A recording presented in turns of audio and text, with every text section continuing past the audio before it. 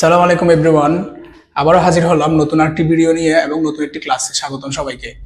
আজকে আমরা পড়বো ফান্ডামেন্টাল অফ নার্সিং এর খুবই গুরুত্বপূর্ণ টপিক শক। শকের পর আমরা পড়বো আনকনসিয়াসনেস। আচ্ছা, শকের ডিফাইন কি লিখছি? Shock is a life threatening condition that occurs when the body is not getting enough blood flow. This can damage multiple organ. অর্থাৎ shock is a life threatening condition, অর্থাৎ এটা এমন একটা বিপজ্জনক কন্ডিশন বা মুহূর্ত তখন কি হয় যে অকার্স কখন হয় when the body is not getting enough blood flow, যখন আমাদের শরীর প্রপার ব্লাড ফ্লোটা পায় না। আচ্ছা, this can damage multiple organ.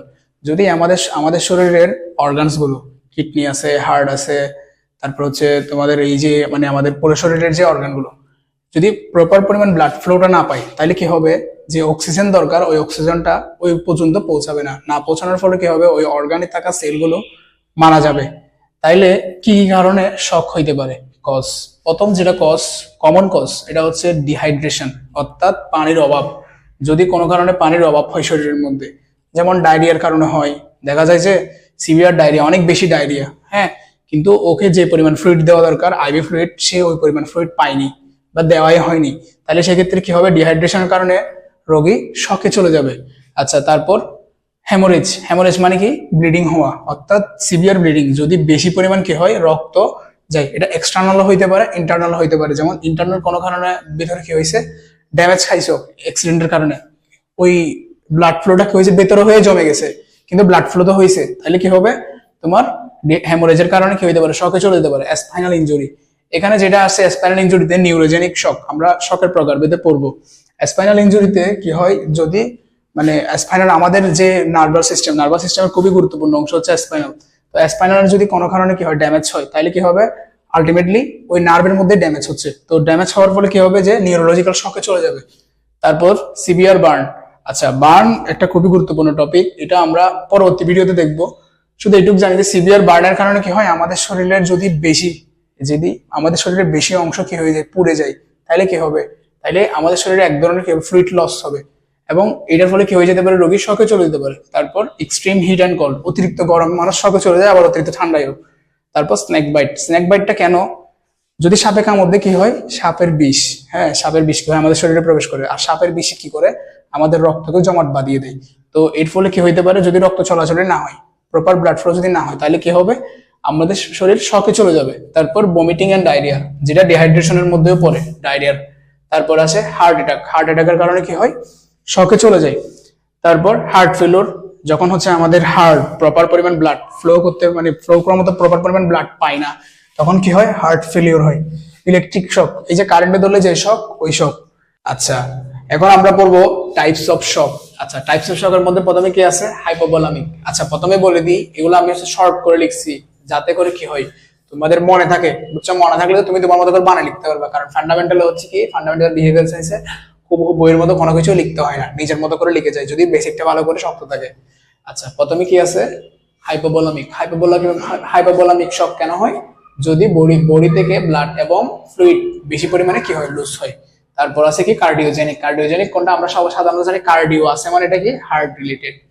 তাহলে হার্ট ফেলিওর, অর্থাৎ প্রপার পরিমাণ যদি ব্লাড হার্টে না পায়, তাহলে কি হবে, কার্ডিওজেনিক শকে চলে যেতে পারে রোগী। তারপর যেটা আছে সেপটিকের মধ্যে কি দেখো, ইনফেকশন, যদি সিভিয়ার ইনফেকশন হয়, যেমন ব্লাড ইনফেকশন, তারপর আরো অনেক ধরনের অ্যালার্জিক ইনফেকশন আছে, যেগুলোর ফলে কি হয় তোমার সেপটিক শক। তারপর আছে নিউরোজেনিক বা হচ্ছে নার্ভ ইনজুরির কারণে হয়। এটা কেন হয়, নার্ভ ইনজুরির কারণে হয়। দেখো, নার্ভ ইনজুরি বলতে কি, ব্রেন ড্যামেজ, তারপর হচ্ছে তোমার স্পাইনাল ইনজুরি, হ্যাঁ, এগুলোর কারণে কি হয়, যে শকটা হয় ওটা হচ্ছে কি নিউরোজেনিক শক। তারপর অ্যানাফাইলেটিক শক, অর্থাৎ সিভিয়ার অ্যালার্জিক রিঅ্যাকশনের কারণে কি হয়, তোমার অ্যানাফাইলেটিক শকটা হয়। তারপর রেসপিরেটরি, অর্থাৎ লাং ড্যামেজের কারণে, হ্যাঁ, কোনো কারণে যদি প্রপার পরিমাণ অক্সিজেন নিতে না পারে বা লাঙে যদি কোনো কারণে কি হয়, ডিজিজ থাকে, তাহলে কি হইতে পারে, তোমার রেসপিরেটরি শকে চলে যেতে পারে। তারপর সাইকোজেনিক কি, ফেয়ার বা স্ট্রেস, যদি কোনো একটা মানুষ অতিরিক্ত স্ট্রেসে থাকে বা হচ্ছে গিয়ে ফেয়ার বা ফোবিয়ার কারণে কি হয়, অনেকেই শকে চলে যায়, তাইলে তারপর হচ্ছে তোমার কি মেটাবলিক শক। দেখো, কেমিক্যাল ইমব্যালেন্স, অর্থাৎ আমাদের শরীরে যে কেমিক্যালের যে ব্যালেন্সটা আছে, ওইটা যদি কি হয়, তোমার ইমব্যালেন্স হয়, অর্থাৎ তাহলে কি হয়, যদি ইমব্যালেন্স হয়, তাহলে কি হবে, মেটাবলিক শক। এটা কি বলে, মেটাবলিক শক। এটার পরে কি হয়, আমাদের শরীরের ব্লাডের মধ্যে অ্যাসিডিটি হয়ে এই অ্যাসিডের পরিমাণ বেড়ে যায়, আবার কোনো সময় অ্যাসিডের পরিমাণ একদম কমে যায়, বুঝছো? তাইলে শকের টাইপসে পড়লাম। এরপর আমরা দেখবো কমপ্লিকেশন, সাইন সিনড্রোম। এতক্ষণ আমরা দেখছিলাম যে ডেফিনিশন আর হচ্ছে গিয়ে কজেস অফ শক। এখন আমরা পড়বো সাইন সিমটমস অফ শক। আচ্ছা, প্রথম সাইন সিমটমস কি আছে? Cold, pale and clammy skin. তারপর weak and rapid pulse. Cold মানে হচ্ছে কি যে ঠান্ডা হয়ে যায়, দেখবা শরীরের রোগীর শরীরে যদি হাত দাও দেখবা যে কি এর শরীর ঠান্ডা হয়ে গেছে। এবং পেল ফ্যাকাশে হয়ে যায়, ক্ল্যামি স্কিন একদম স্যাঁতস্যাঁতে হয়ে যায় স্কিনটা। তারপর যেটা আছে উইক এন্ড র্যাপিড পালস, দেখবা তার শরীরের যে মানে হার্টবিট এটা দুর্বল, কিন্তু তার পালসে যদি হাত দাও দেখবা যে অনেক বেশি পালস রেট বেশি। তারপর low blood pressure, blood pressure কি হয়ে যায়? কমে যায়। স্বাভাবিক, যদি ব্লাড ফ্লোই না হয় তাহলে কি হয়?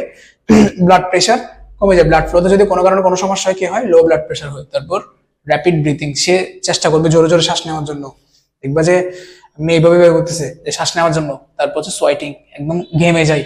দেখবা যে যেসব পেশেন্ট শকে ইমার্জেন্সিতে হচ্ছে মেডিকেলে আসে তাদের দেখবা যে কি সোয়েটিং হচ্ছে। তারপর ফেন্টিং, ফেন্টিং মানে হচ্ছে কি অজ্ঞান হয়ে যাওয়া। যদি শক, অনেক সময় দেখা যায় শকে কি হয় যে পেশেন্ট ফেন্টিং মানে হচ্ছে অজ্ঞান হয়ে যায়। এটা কিন্তু আবার আনকনসিয়াসনেসের মধ্যেও লেখা যাবে। তারপর ট্রাস্ট, সে থাকবে খুবই তৃষ্ণার্ত পানির অভাবের কারণে। তারপর হচ্ছে সাইনোসিস, সাইনোসিস খুবই ইম্পর্টেন্ট।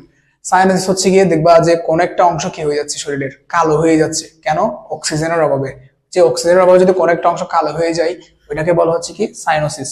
এবার আমরা দেখবো যে কমপ্লিকেশনস অফ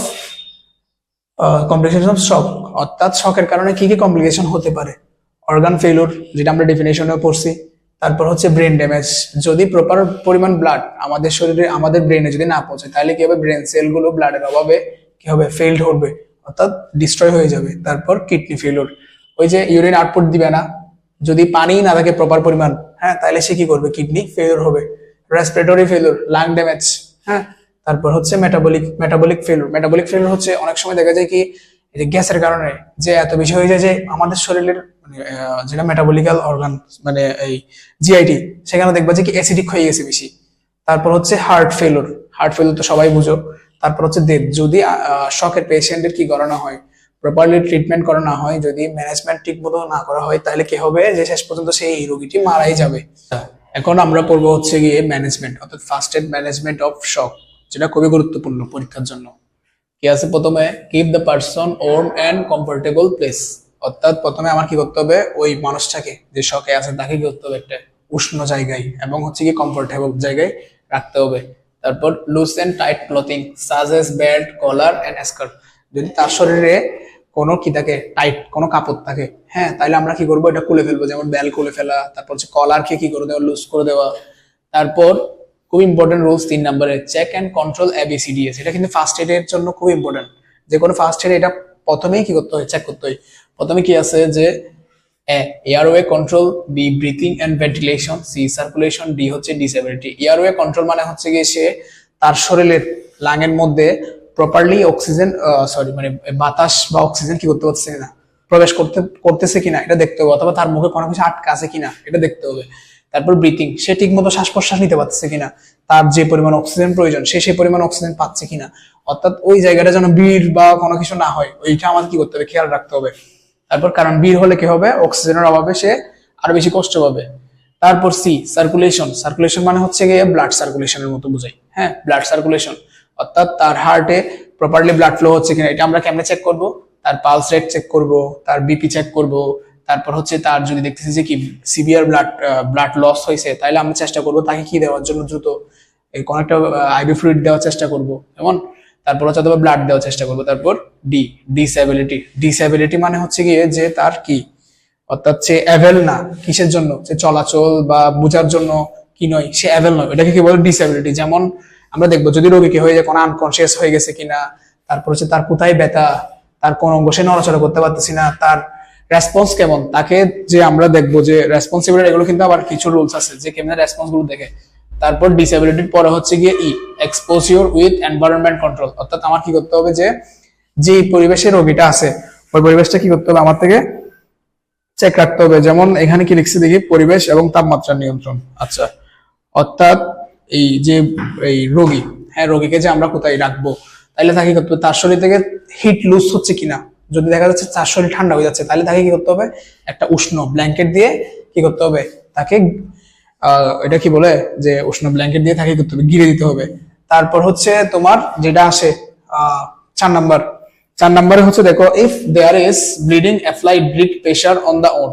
যদি দেখা যাচ্ছে তার কোথাও কোনো অংশ কেটে গিয়েছে এবং বেশি ব্লিডিং হচ্ছে, আমার সাথে সাথে কি করতে হবে, ওই অংশটাকে জোরে চেপে ধরতে হবে। জোরে চেপে ধরলে কিছুক্ষণ যদি চেপে ধরে রাখে তাহলে কি হতে পারে, ব্লিডিং বন্ধ হয়ে যেতে পারে। আচ্ছা, এরপর আমরা দেখবো 5 নাম্বারটা।